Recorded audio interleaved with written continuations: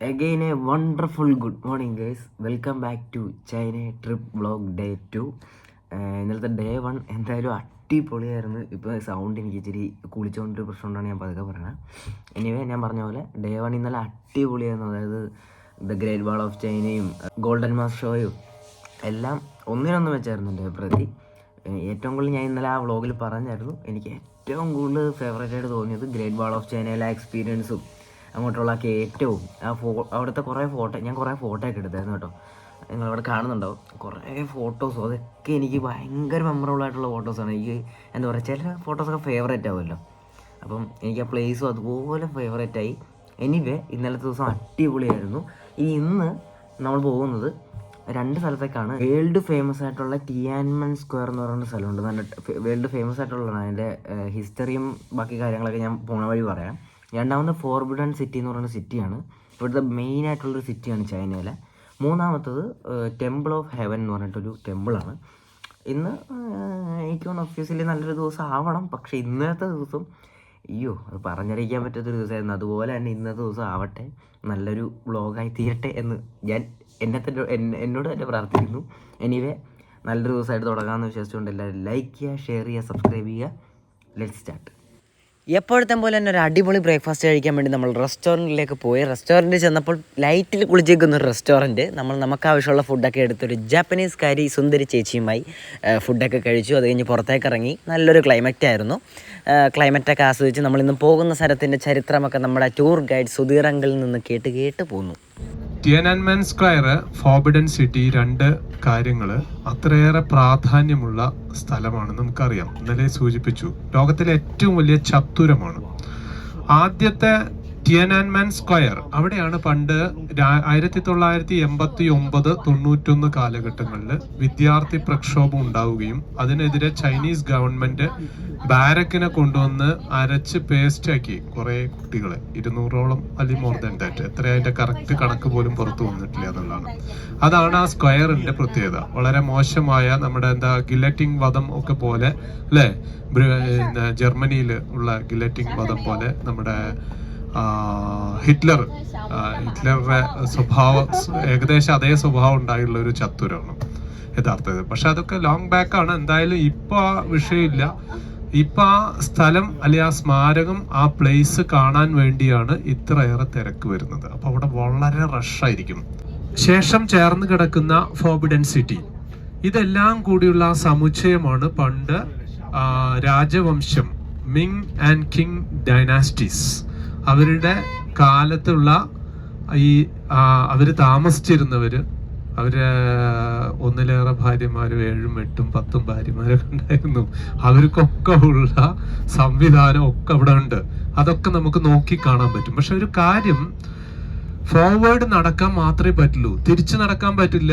അതിനിടയിൽ stoppage time തരാം, തിരിച്ചു നടക്കാൻ പറ്റില്ല. ഈവൻ ഗൈഡിന് പോലും തിരിച്ചു വന്ന് നിങ്ങളെ കളക്ട് ചെയ്യാൻ പറ്റില്ല. അപ്പോൾ നമ്മുടെ ടൂർ ഗൈഡ് സുധീർ അങ്കിൾ പറഞ്ഞ പോലെ തന്നെയാണ് കാര്യങ്ങൾ. ഒരു കാലത്ത് ഒരു കൂട്ടം വിദ്യാർത്ഥികൾ ചൈനയിൽ ഉണ്ടായിരുന്ന കാര്യങ്ങൾക്കെതിരെ ഒരു പ്രക്ഷോഭം ഉണ്ടാക്കിയ ഒരു സ്ഥലമാണ് ടിയാനൻമെൻ സ്ക്വയർ. അങ്ങോട്ടേക്കാണ് നമ്മളിപ്പോൾ പോകുന്ന വഴി നല്ല നല്ല കാഴ്ചകളൊക്കെ ഉണ്ട്. ഫുഡിൻ്റെ ആയാലും ഇപ്പം നമ്മൾ പോകുന്നതായിട്ട് ബഹുദൂരം, നല്ല ദൂരമുണ്ട് ടിയാനൻമെൻ സ്ക്വയറിലേക്ക്. ഇത് വേറൊരു ഇമേജാണ് ചൈനയിലെ തന്നെ. അപ്പോൾ നമ്മൾ നടന്ന് വേണം പോകാൻ. കാരണം ടിയാനൻമെൻ സ്ക്വയറിൻ്റെ അടുത്തേക്ക് കാർ പാർക്കിങ്ങോ ബസ് കൊണ്ട് അവിടെ നിർത്തുകയോ ഒന്നും പറ്റില്ല. അപ്പോൾ ഈ നിൽക്കുന്ന എല്ലാവരും, നമ്മളുൾപ്പെടെ എല്ലാവരും അല്ല, പല പല വിദേശികളും, ഞാൻ നേരത്തെ പറഞ്ഞ പോലെ കൊറിയൻസും ജാപ്പനീസ് ആൾക്കാരും അവരൊക്കെയാണ് കൂടുതൽ വരുന്നത്. സോ അവരുടെയൊക്കെ ഒപ്പം നല്ല നല്ല അടിപൊളി വൈബായിട്ട് നമ്മളിങ്ങനെ പൊയ്ക്കൊണ്ടിരിക്കുകയാണ്. ഞാൻ നമ്മുടെ കഴിഞ്ഞ വ്ളോഗിലും കൂടെ പറഞ്ഞായിരുന്നു, ചൈനയിലെ ഒരു ബൾക്ക് ഓഫ് ആൾക്കാർ അവരുടേതായിട്ടുള്ള കുഞ്ഞു ട്രാൻസ്പോർട്ടേഷനൊക്കെ വേണ്ടി ഒട്ടുമിക്ക ആൾക്കാർ ഉപയോഗിക്കുന്നത് ബൈസൈക്കിൾസാണ്. അതിന് 2 കാരണങ്ങളാണ്. ഒന്ന് പൊല്യൂഷൻ കുറയ്ക്കാനും, ഒന്ന് ബ്ലോക്ക് ഒഴിവാക്കാനുമാണ്. അപ്പോൾ ഇതുപോലത്തെ സൈക്കിളിൻ്റെ താഴത്ത് QR കോഡ് ഉണ്ടാവും. അപ്പോൾ അവരുടേതായിട്ടുള്ള ആപ്പിൽ അത് സ്കാൻ ചെയ്യും, അവർ ക്യാഷ് എത്രയെന്ന് വെച്ചാൽ പേ ചെയ്യും. ഇതിൻ്റെ മെയിൻ ഒരു അടിപൊളിയായിട്ടൊരു സംഭവം എനിക്ക് തോന്നിയത് എന്താണെന്ന് വെച്ചാൽ, ഇവർക്ക് എവിടെ വേണമെങ്കിലും സൈക്കിൾ വെച്ചേക്കാം. എവിടെ തോന്നുന്നു അവിടെ വയ്ക്കുക, പിന്നെ നടന്നു പോരുക. അതാണ് ഇതിന് മെയിൻ. നമുക്ക് അങ്ങനെയല്ലേ, എവിടെ വയ്ക്കുന്നു അവിടെ അടിച്ചോണ്ട് മാറ്റി പോകുന്നൊരു പൊതു സ്വഭാവം നമ്മുടെ നാട്ടിലൊക്കെ ഉണ്ട്. അത് മോശമായിട്ട് പറയണമല്ലോ, ഒരു സത്യസന്ധമായിട്ടുള്ള കാര്യം ഞാൻ പറയണതേ ഉള്ളൂ. പക്ഷെ അവിടെ അങ്ങനെയല്ല. അവിടെ എവിടെ നോക്കിയാലും CCTV ആയിക്കോട്ടെ, ഫുൾ CCTV ആണ് ഒന്നാമത്തെ കാര്യം. പിന്നെ അവർക്ക് അങ്ങനത്തെ ഒരു മൈൻഡ് സെറ്റും ഇല്ലെന്നാണ് ഇവിടുത്തെ ജനങ്ങൾ തന്നെ പറയുന്നത്. കണ്ടോ, മൊത്തം CCTV ആണ്. എവിടെ തിരിഞ്ഞാലും 4-5 CCTV ഒറ്റയടിക്ക് കാണാൻ പറ്റും, പല ഡയറക്ഷനിലായിട്ട്. സോ അങ്ങനത്തെ ഒരു സിനാരിയോ ഇവിടെ ഇല്ല. എന്നാൽ നല്ല അടിപൊളി പരിപാടികളൊക്കെ ഇവിടെ ഉണ്ട്. അത് നമ്മുടെ നാട്ടിലും വരട്ടെ എന്ന് ഞാൻ പ്രാർത്ഥിക്കുന്നു. അങ്ങനെ നിങ്ങളോട് ഓരോരോ വിശേഷങ്ങൾ പറഞ്ഞ് നമ്മൾ ടിയാൻമെൻ സ്ക്വയറിൻ്റെ ഫ്രണ്ടിലത്തെ ആ ഗ്രൗണ്ടിൽ എത്തിയിരിക്കുകയാണ്. ഒരുപാട് നടന്നു. നേരെ മുമ്പിൽ തന്നെയാണ് ഇത് നിങ്ങളിപ്പോൾ കാണുന്ന ഫോർബിഡൻ സിറ്റി. നിങ്ങൾ കേട്ടിട്ടുണ്ടാവും, ഞാൻ നേരത്തെ പറഞ്ഞ നമ്മുടെ ടൂർ ഗൈഡും പറഞ്ഞ പോലെ തന്നെ ഒരു കൂട്ടം വിദ്യാർത്ഥികൾ എതിരായിട്ട് തോന്നിയ കാര്യം, അവർ പ്രക്ഷോഭത്തിലൂടെ പറഞ്ഞ കാര്യം, അതിനെ റിയാക്ട് ചെയ്ത് അവർ എല്ലാവരും കൊല്ലപ്പെടുകയുണ്ടായി. ആ ഒരു സ്ഥലമാണ് ടിയാൻമെൻ സ്ക്വയർ. അത് ഫോർബിഡൻ സിറ്റി നിങ്ങൾക്കറിയാം. സോ അതിന് ചരിത്ര പ്രാധാന്യമുള്ളൊരു സ്ഥലത്താണ് നമ്മൾ ഇപ്പോൾ വന്ന് നിൽക്കുന്നത്. നമ്മൾ കഴിഞ്ഞ വ്ളോഗ് പോലെയല്ല. കഴിഞ്ഞ വ്ളോഗും ഒരു ചരിത്ര പ്രാധാന്യമുള്ളതാണ്, പക്ഷേ അതൊരു ടൂറിസ്റ്റ് കേന്ദ്രം കൂടിയാണ്. ഇച്ചിരി കൂടെ ഒരു വൈബുള്ള സ്ഥലമാണ്.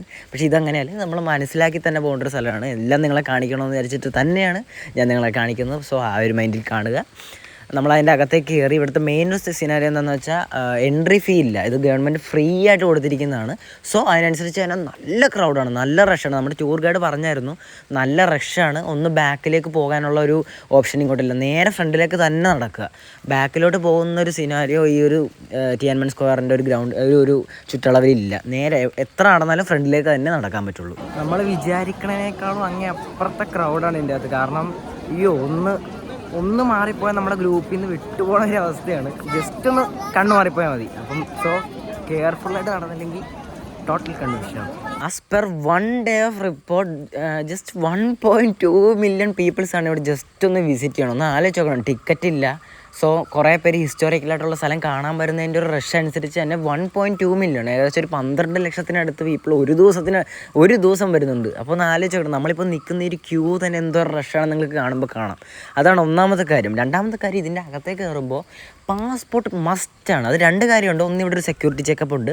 രണ്ടാമത്തെ കാര്യം, നമ്മളെങ്ങനെ നമ്മുടെ ടൂർ ഗൈഡിൽ നിന്നോ നമ്മുടെ ടൂർ ഗ്രൂപ്പിൽ നിന്നോ മാറിപ്പോയാൽ ഇവരുടെ പരിപാടി ഒന്നുമില്ല. നമ്മൾ പാസ്പോർട്ട് കയ്യിലുള്ളതുകൊണ്ട് തന്നെ നമ്മൾ ഇവിടെ എന്താ പറയുക, നമ്മുടെ ബാക്ക് ടു ടൂർ ഗ്രൂപ്പ് അല്ലെങ്കിൽ ടൂർ കണ്ടിന്യൂ ഒന്നും സമ്മതിക്കില്ല. നമ്മളെ കണ്ടെത്തിയാൽ നേരെ നമ്മുടെ രാജ്യത്തേക്ക് തിരിച്ചു വിടുകയാണ്. അല്ലാതെ എന്താ പറയുക, ബാക്കി ടൂർ കണ്ടിന്യൂ ചെയ്യാനോ നമ്മുടെ ഗ്രൂപ്പിൻ്റെ അടുത്തേക്ക് വിടാനോ ഒന്നും സമ്മതിക്കില്ല. എന്താ പറയുക, നല്ല സ്ട്രിക്റ്റാണ് ഇവിടുത്തെ സെക്യൂരിറ്റി, നല്ല സ്ട്രിക്റ്റാണ്. അത് ഈ ടിയാൻമെൻ സ്ക്വയർ മാത്രമല്ല, ചൈന ഓൾ ഓവർ നല്ല സ്ട്രിക്റ്റാണ് അത്. സോ നല്ല കെയർഫുള്ളായിട്ട് പോയില്ലെങ്കിൽ പണി മേടിക്കും, അത് ഷുവറാണ് ഈ ചൈനയിൽ. ഞാൻ നിങ്ങളോട് പറഞ്ഞായിരുന്നു, ടിയാൻമെൻ സ്ക്വയർ എന്ന് പറഞ്ഞാൽ ഇവിടുത്തെ പണ്ടത്തെ രാജാവിൻ്റെ ഒരു എന്താ പറയുക, ഒരു താമസ കേന്ദ്രം എന്ന് വേണമെങ്കിൽ പറയാം. കാരണം ഇവിടുത്തെ പണ്ടത്തെ രാജാവിന് ഒരു 7-8 ഭാര്യമാരുണ്ടായിരുന്നു. അപ്പോൾ ആ ഭാര്യമാർക്ക് ഉള്ളൊരു താവളമായിട്ടോ അങ്ങനെയൊക്കെ സങ്കല്പിക്കാവുന്നൊരു സ്ഥലമാണ് ഈ ടിയാൻമെൻ സ്ക്വയർ. സോ ആ ഒരു ടിയാൻമെൻ സ്ക്വയർ എന്ന് പറഞ്ഞാൽ നമുക്ക് ചിന്തിക്കുന്നതിനും അപ്പുറമാണ്. ഞാൻ ഇപ്പോൾ നടന്ന് എത്രത്തോളം നടന്നത് പോലും എനിക്കൊരു ഐഡിയ ഇല്ല. അത്രയോളം ഉണ്ട് ഈ ടിയാൻമെൻ സ്ക്വയർ. ഒരു വീടായിട്ടാണ് അവർ പണ്ട് സങ്കല്പിച്ചുകൊണ്ടിരുന്നത്. ആ ഒരു വീടിൻ്റെ, സത്യം പറഞ്ഞാൽ വീടിൻ്റെ ബാക്ക് സൈഡിലായിട്ട് നമ്മൾ എത്തിയിരിക്കുകയാണ്. ഇത് ആലോചിച്ച് നോക്കണം, ഓരോരോ വീട് പോലെയാണ് കാണുന്നത്. പക്ഷേ ഇതെല്ലാം അവർ പണ്ട് കാലത്ത് ഒറ്റ വീടായിട്ട് സങ്കല്പിച്ചിരുന്ന ഒരു സ്ഥലമാണ് ഈ ടിയാൻമെൻ സ്ക്വയർ. അങ്ങനെ ഓരോരോ എന്താ പറയുക, നല്ല അടിപൊളി കാഴ്ചകളൊക്കെ കണ്ട് നമ്മൾ ടിയാൻമെൻ സ്ക്വയറിൻ്റെ പുറത്തേക്ക് ഏകദേശം എത്തിയിരിക്കുകയാണ്. നല്ലൊരു കാഴ്ചയായിരുന്നു. ഞാൻ നേരത്തെ പറഞ്ഞ പോലെ തന്നെ ഇവിടെ ഏകദേശം ഒട്ടുമിക്ക ആൾക്കാരും കൂടുതലും ജാപ്പനീസും കൊറിയൻകാരുമാണ് വരുന്നത്. കാരണം ചൈനയിലെ ഏറ്റവും കൂടുതൽ ഒരു ടൂറിസ്റ്റ് കേന്ദ്രമാണ്, നിങ്ങൾക്കറിയാം, വലിയൊരു ടൂറിസ്റ്റ് കേന്ദ്രമാണ്. അവിടേക്ക് ഏറ്റവും കൂടുതൽ വന്നത് ഇന്ത്യക്കാരൊന്നുമല്ല, ജാപ്പനീസുകാരും ജപ്പാൻകാരും കൊറിയൻകാരുമാണ്. പിന്നെ വേറൊരു രസകരമായ കാഴ്ച ഞാൻ കണ്ടു. നമ്മുടെ സ്കൂളിൽ നിന്ന് ഇപ്പോൾ എന്താ പറയുക 1 തൊട്ട് 5ാം ക്ലാസ് വരെയൊക്കെ ടൂർ പോണ പോലെ, ഈ കുഞ്ഞു ടൂറൊക്കെ പോണ പോലെ ഇവിടെയും കുഞ്ഞ് എത്ര പറയുക 6-7 ക്ലാസ് വരെ എന്നാണ് എന്നോട് പറഞ്ഞു. 7ാം ക്ലാസ് വരെ തൊട്ടടുത്തുള്ള ഇപ്പോൾ അവരുടെ ഏതാണ് ടൂറിസ്റ്റ് കേന്ദ്രം അങ്ങോട്ട് അവർ ടൂർ പോകുന്ന പോലെ അവരൊക്കെ നടന്നാണ് പോകുന്നത്. അവർ അധികം ട്രാൻസ്പോർട്ടേഷൻ ഒഴിവാക്കി തൊട്ടടുത്തുള്ള ടൂറിസ്റ്റ് കേന്ദ്രങ്ങൾ ഇടയ്ക്കിടയ്ക്ക്, ഒറ്റ പ്രാവശ്യമല്ല, ഒരു വർഷം ഒറ്റ പ്രാവശ്യമല്ല, ഇടയ്ക്കിടയ്ക്ക് അവർ പോകുമെന്നാണ് പറയുന്നത്. അതൊരു എനിക്ക് നല്ലൊരു എന്താ പറയുക ഗ്രേറ്റ് ആയിട്ട് എനിക്ക് തോന്നിയത്. ഒരുപാട് നല്ല കാഴ്ച കണ്ട് ഉച്ചയായി. നമ്മൾ ഉച്ചക്കത്തെ ലഞ്ച് കഴിക്കാൻ വേണ്ടി ഒരു അടിപൊളി ഇന്ത്യൻ റെസ്റ്റോറൻ്റ് അല്ല, ചൈനീസ് ഫുഡ് കഴിക്കാൻ തന്നെയാണ് വന്നിരിക്കുന്നത്. എപ്പോഴും ഇന്ത്യൻ ഫുഡ് കഴിക്കാനാണെങ്കിൽ നമ്മൾക്ക് ഇന്ത്യയിൽ തന്നെ നിന്നാൽ മതി. സോ നമ്മൾ വന്ന രാജ്യത്തെ, അതായത് ഞാൻ നിങ്ങളോടും കൂടെയാണ് പറയുന്നത്, നമ്മൾ ഏത് സ്ഥലത്താണോ വന്നത് അവിടുത്തെ ഫുഡും കൂടെ ഓൾമോസ്റ്റ് ട്രൈ ചെയ്യാൻ ശ്രമിക്കണം.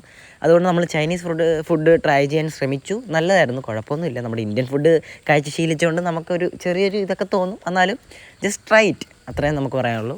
ട്രൈ ഒക്കെ ചെയ്തു. അടുത്തത് നമ്മൾ പോകുന്നത് ഒരു ടെമ്പിളിലേക്കാണ്. ഇന്ന് മൊത്തം ഭക്തിമാർഗ്ഗമാണ് നമ്മൾ തിരഞ്ഞെടുക്കാൻ നമ്മൾ മെയിനായിട്ട് ഉദ്ദേശിച്ചിരിക്കുന്നത്. ടെമ്പിൾ ഓഫ് ഹെവൻ എന്നാണ് നമ്മളിപ്പോൾ വന്നിരിക്കുന്ന ടെമ്പിളിൻ്റെ പേര്. ചൈനയിലെ തന്നെ ഒരു വലിയ ടൂറിസ്റ്റ് കേന്ദ്രങ്ങളിൽ ഒന്നാണ് ഈ ടെമ്പിൾ ഓഫ് ഹെവൻ. ഈ ട്രിപ്പിൽ വേറൊരു ഹാപ്പിനെസ് ആയിരുന്ന കാര്യം കൂടെ ഉണ്ട്. കാരണം സാധാരണ ഞാനും അച്ഛനും 22 രാജ്യത്ത് ഞാൻ അച്ഛനും കൂടെ തന്നെ പോയിട്ടുണ്ട്. അവിടെയൊക്കെ പോകുമ്പോഴും എന്താ പറയുക, അച്ഛൻ ഹാപ്പിയാണ്. പക്ഷെ ഞാൻ എൻ്റെ വ്ളോഗിൻ്റെ അങ്ങനെ കാര്യമൊക്കെ പോകുമ്പോൾ അച്ഛൻ ജസ്റ്റ് ലോൺലിനെസ് ഫീലൊക്കെ ഞാൻ തോന്നിയിട്ടുണ്ട്. പക്ഷേ ഈ ട്രിപ്പ് അങ്ങനെയല്ല.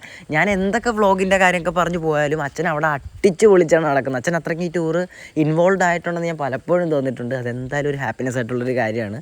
നല്ല നല്ല അടിപൊളി ഫോട്ടോ, ഞാനും അച്ഛനും നല്ലൊരു അടിപൊളി ഫോട്ടോ എടുത്തു. പിന്നെ ഇവിടെ വന്നതിന് ശേഷം 2-3 പേരായിട്ട് ഇവിടുത്തെ ചൈനക്കാരല്ല, ഇവിടെ വെച്ച് കണ്ട ജാപ്പനീസുകാരായിട്ട് 2-3 പേരായിട്ട് ഫോട്ടോ ഒക്കെ എടുത്തു.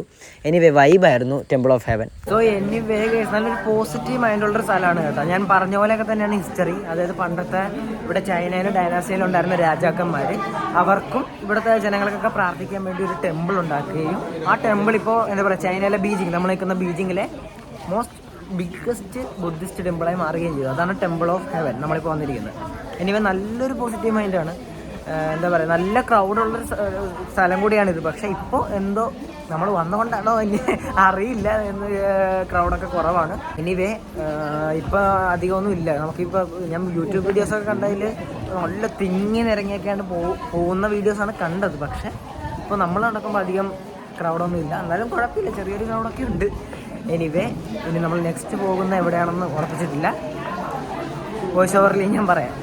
അങ്ങനെ ടെമ്പിൾ ഓഫ് ഹെവനിൽ അതിമനോഹരമായ കാഴ്ചകളൊക്കെ കണ്ടു കഴിഞ്ഞാൽ നമ്മൾ അടുത്തത് പോകുന്നത്, ചൈനയിൽ വന്നാൽ മസ്റ്റായിട്ട് പോകേണ്ട, കാണേണ്ട ഒരു ഷോയാണ് ചൈനയിലെ ഒളിമ്പിക് ഷോ. മസ്റ്റായിട്ട് കാണേണ്ട ഒരു ഷോയാണെന്ന് പലരും പറയുന്നു. അപ്പോൾ എന്താണെന്ന് അറിയണം. നമ്മുടെ ടൂറിൻ്റെ എന്താ പറയുക ഐറ്റ്നറിയിലുള്ളൊരു സംഭവം തന്നെയാണ് ഈ ഒളിമ്പിക് ഷോ. അത് കാണാൻ വേണ്ടി നമ്മുടെ ഗ്രൂപ്പുകളിൽ സാന്റാ മോണിക്കയുടെ ഗ്രൂപ്പിലുള്ള എല്ലാവരും കൂടെ ആ ഷോ കാണാൻ വന്നിരിക്കുകയാണ്. എന്താ പറയുക, ഞാൻ നേരത്തെ പറഞ്ഞ പോലെ തന്നെ തൊട്ടടുത്തുള്ള സ്കൂളിലെ പിള്ളേർ അവരുടെ ടീച്ചേഴ്സൊക്കെ കൊണ്ടുവന്ന് കാണിക്കുന്നുണ്ട് ഈ ഷോ. സോ അധികം പറഞ്ഞ് ചളമാക്കുന്നില്ല, ലെറ്റ്സ് സീ.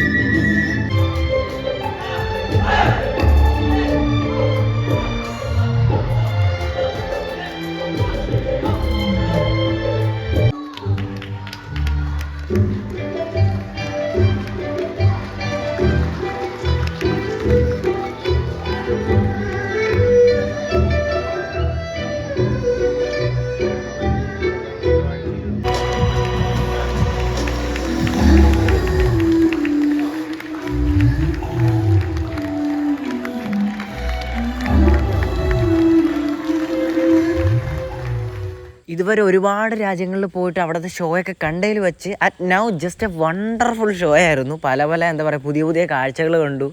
ഓഡിയൻസിന് മൊത്തം ഇഷ്ടപ്പെട്ടു. അത് നമ്മൾ പറഞ്ഞ കുട്ടികൾക്കൊക്കെ നല്ലപോലെ ഇഷ്ടപ്പെട്ടു. ഞാൻ നിങ്ങളെ കാണിച്ചു പോകണം വിഷ്വല്. ജസ്റ്റ് മനസ്സ് നിറഞ്ഞു. കേസ് എന്തായാലും അടിപൊളിയായിരുന്നു. ഇന്നത്തെ ദിവസം അടിപൊളിയായി, ഇന്നലത്തെ ദിവസം എന്തായാലും അടിപൊളിയായി. ജസ്റ്റ് വണ്ടർഫുള്ളായിട്ടുണ്ട്. അതിനുശേഷം നമ്മൾ എന്താ പറയുക, ഏകദേശം നൈറ്റ് ആവാറായി. സോ നമ്മൾ നമ്മുടെ ഫുഡ് കഴിക്കാൻ വേണ്ടി ഒരു ഇന്ത്യൻ റെസ്റ്റോറൻറ്റിൽ തന്നെ വന്നു. ഫുഡിൻ്റെ കാര്യം എന്തായാലും പറയണം, നല്ല ക്വാളിറ്റി ആയിട്ടുള്ള ഫുഡാണ് ഈ സാന്റാമോണിക്ക് തരുന്നത്. അതിന് no compromise. Anyway thank you. ഇവിടുത്തെ സമയം, അതായത് ചൈന ബീജിങ്ങിലെ സമയം ഏകദേശം 8:10 അതായത് ഇവിടുത്തെ സമയം 8:10, നാട്ടിലൊരു 7:10, 6:45 ഒക്കെ 6:40 ആയി കാണണം. പക്ഷേ ഇവിടുത്തെ 8:10 ആയിട്ടും അറ്റ്മോസ്ഫിയർ ഒട്ടുമേ ഇരുട്ടിയിട്ടില്ല. മൊത്തം ഇങ്ങനെ എന്താ പറയുക, ഒരു ലൈറ്റിൻ്റെ ആവശ്യമില്ല. ഒരു മോർണിംഗ് 6 o'clock ഒരു എഫക്റ്റ് തന്നെയാണ് ഇപ്പോഴും. ഒരു സന്ധ്യ ആയിട്ടുള്ളൂ, പക്ഷേ സന്ധ്യയുടെ എഫക്റ്റ് അറ്റ്മോസ്ഫിയറിൽ വന്നിട്ടുള്ളെങ്കിലും ടൈം 8:10 അതൊരു വലിയൊരു അറിവാണ്. ഇപ്പോഴാണ് കേട്ടോ ഇവിടെ ചൈന എത്തി മൂന്നാമത്തെ ദിവസമാണ് ഈ ഒരു അറിവ് കിട്ടുന്നത്. സച്ച് എ ബ്യൂട്ടിഫുൾ ഡേ തന്നെയായിരുന്നു ഇന്ന്. കാരണം ഒരുപാട് കാഴ്ചകൾ കണ്ടു, അത് നിങ്ങളെ കാണിക്കാനും പറ്റി. ഇതിനേക്കാളും 5 ഇരട്ടി അല്ലെങ്കിൽ 10 ഇരട്ടി ഇൻട്രസ്റ്റിംഗ് ആയിട്ടുള്ള സ്ഥലത്താണ് നാളെ പോകുന്നത്, അവതാർ മൗണ്ടെയ്ൻസ്. അതിനെക്കുറിച്ച് നിങ്ങൾക്ക് അടുത്ത നെക്സ്റ്റ് വീഡിയോ കാണുമ്പോൾ മനസ്സിലാവും. So wait and see for the next video. Bye, see U.